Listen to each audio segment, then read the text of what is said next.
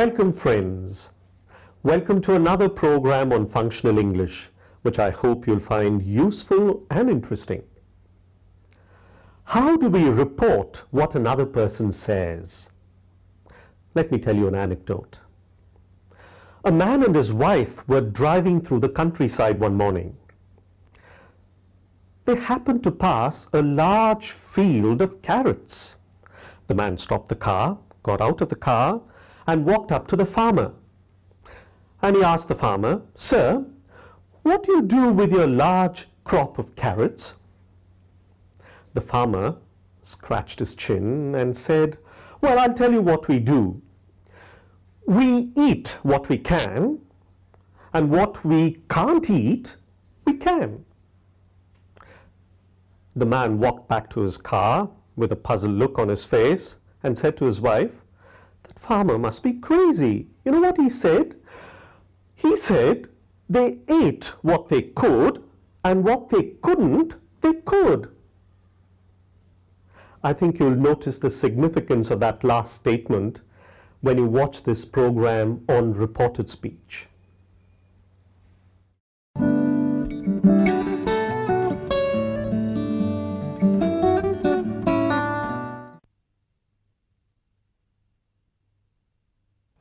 I'm sick of her. She wants me to tell her everything. What are you talking about? I don't understand anything. I'm talking about Padma. She's so inquisitive. She wants to know everything that's happening around her. Why don't you tell her to stop being inquisitive? I have tried. She just doesn't understand. What did she say? What did he say? She's forever asking these two questions all the time. All right, let's tell her to stop doing this. And this time, let us do it in a subtle way. Shall we? Subtle? But how? Let me behave like her for some time in her presence. Let us pretend that for some reason I've lost my hearing. There she comes. Don't worry, just do as I've told you to. Hello, Padma. Hi! Hey, what have you been talking about? Ashwini, what did Padma say just now?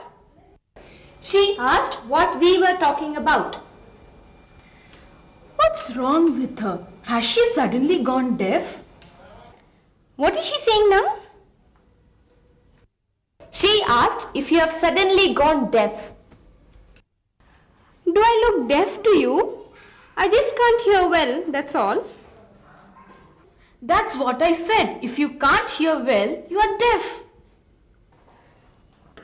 What did she say now? She said that if you can't hear well, then you're deaf. What's happened to her? She was fine till yesterday. Sad, isn't it? She walked up to me a few minutes back and said, "Ashwini, I got up this morning and realized that I couldn't hear well." What did you say? She said that you got up this morning and realized you couldn't hear. God, I'm irritated. Will this be an everyday affair? I'm already tired of repeating everything to her. What? What did you say?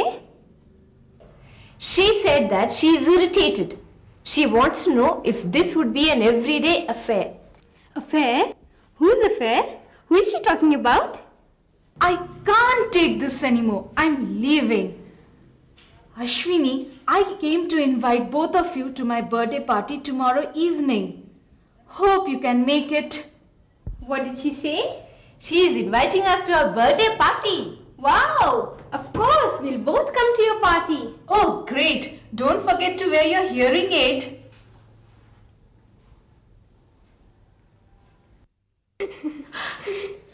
She's already tired. I think if we continue with this act for a few more days, she'll stop asking, what did she say? What did he say? Oh yes, I'm sure she would. I dread to think of the scene at the party tomorrow. Let's spare her tomorrow. It's her birthday. Let's not irritate her tomorrow. I shall pretend to be preoccupied with the food. We shall continue with this act from the day after tomorrow. Yes, and that will be Act 1, Scene 2. Yes.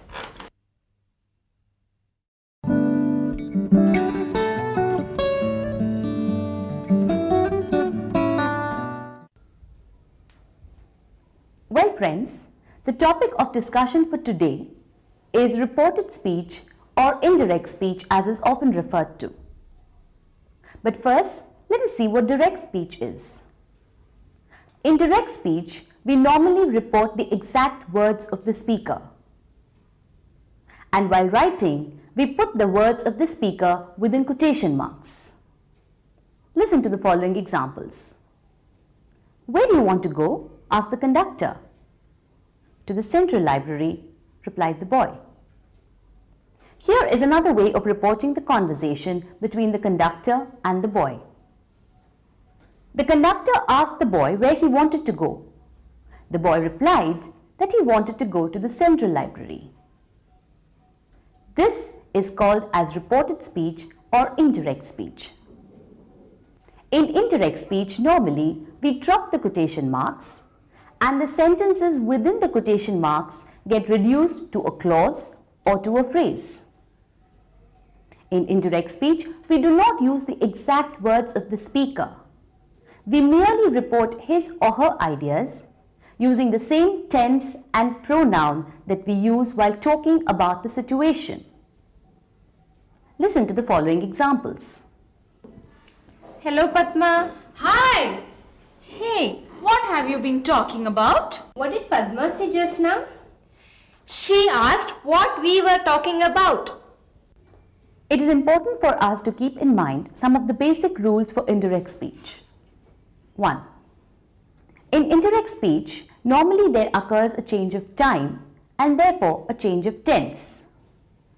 The person who reports uses the tense that is related to the time when he or she is speaking and not to the original time when the words were uttered. Listen to the following example. What's wrong with her? Has she suddenly gone deaf? She asked if you had suddenly gone deaf. Though this rule is often followed, we must keep in mind that we need to consider not only the form of the verb, but also its function and meaning. Therefore, if Deepa says, "My birthday this year falls on a Monday," we cannot say that Deepa said that her birthday that year fell on a Monday. Rule 2. In indirect speech, normally there also occurs a change in pronouns. Listen to the following examples. She walked up to me a few minutes back and said, "Ashwini, I got up this morning and realized that I couldn't hear well." She said that you got up this morning and realized you couldn't hear. 3. In indirect speech, there may occur a change in place and time. Therefore, we may have to bring in a change from words like here, now, and tomorrow to there, then, and the next day. Listen to the following examples. Yesterday was my friend's birthday. He said that his friend's birthday was the previous day. Tomorrow is my birthday. He said that the next day was his birthday. While talking about reported speech, it is very important for us to look into the form of reported questions. In reported questions, the subject normally comes before the verb and the auxiliary verb do is not inserted except in negative questions. Listen to the following examples which will help us understand the form of reported questions better. What is the time? He asked me what the time was. Here we see that there is no subject-verb inversion. We do not say, "He asked me what was the time."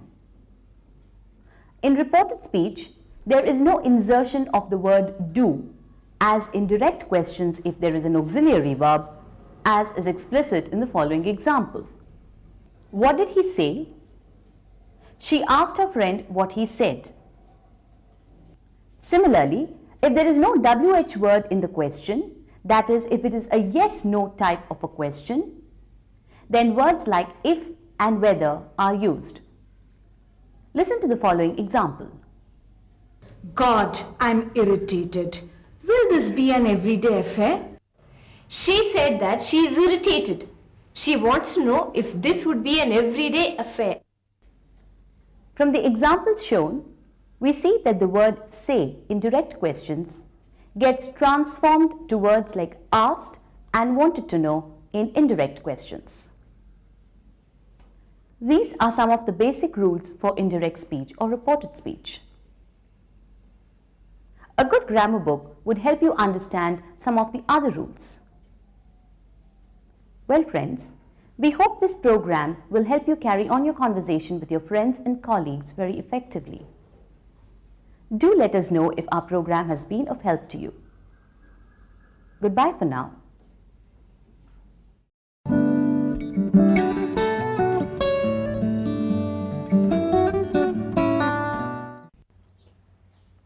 Welcome back.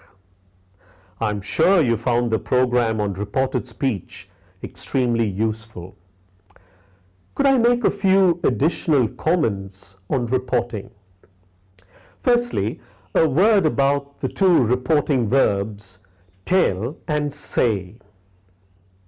We use tell if we want to mention the hearer or the person spoken to. For example, Bunny's teacher told him that he could leave early. Not Bunny's teacher told that he could leave early. This means that tell is normally followed by an object and then by the that clause. However, we use tell without an indirect object in expressions like tell the truth, tell a story, tell a lie, and tell the time.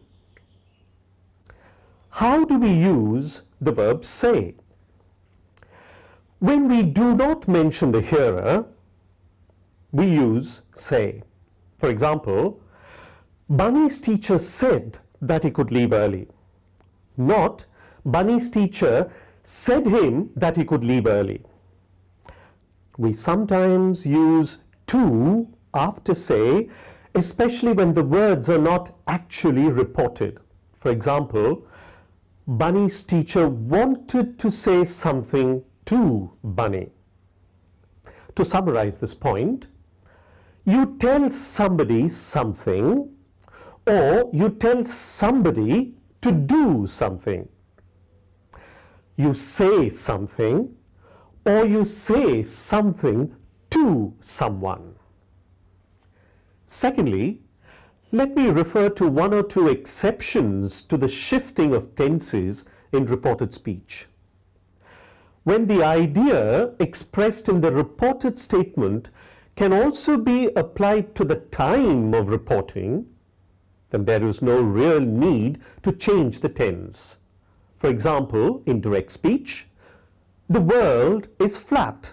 Now this can be reported as ancient philosophers argued that the earth is flat or that the earth was flat.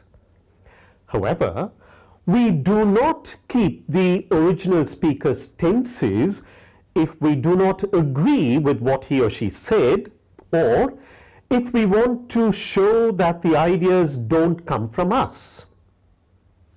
Example, in direct speech, the sun goes round the earth. Now this can be reported as the Greeks thought that the sun went round the earth, not the Greeks thought that the sun goes round the earth. Lastly, we need to remember something very important. When we change a sentence from direct to indirect speech, then what should govern this change should be meaning or function. That is, think of an example. Lothika says to Paul, quote, "Why don't you cook dinner for me?" Now this can be reported as Lothika suggested to Paul that he should cook dinner for her. Not Lothika asked Paul why he didn't cook dinner for her. Even though in form, "Why don't you cook dinner for me?" is a question, in fact, it is a suggestion. Such constructions are often called wimperatives. That is, they're combinations of WH and imperatives.